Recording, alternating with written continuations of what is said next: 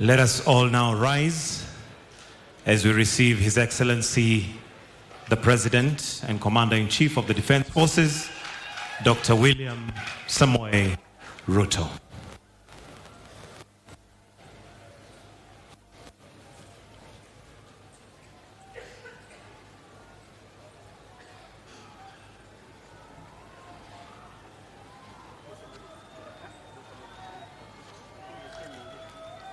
We may take our seats briefly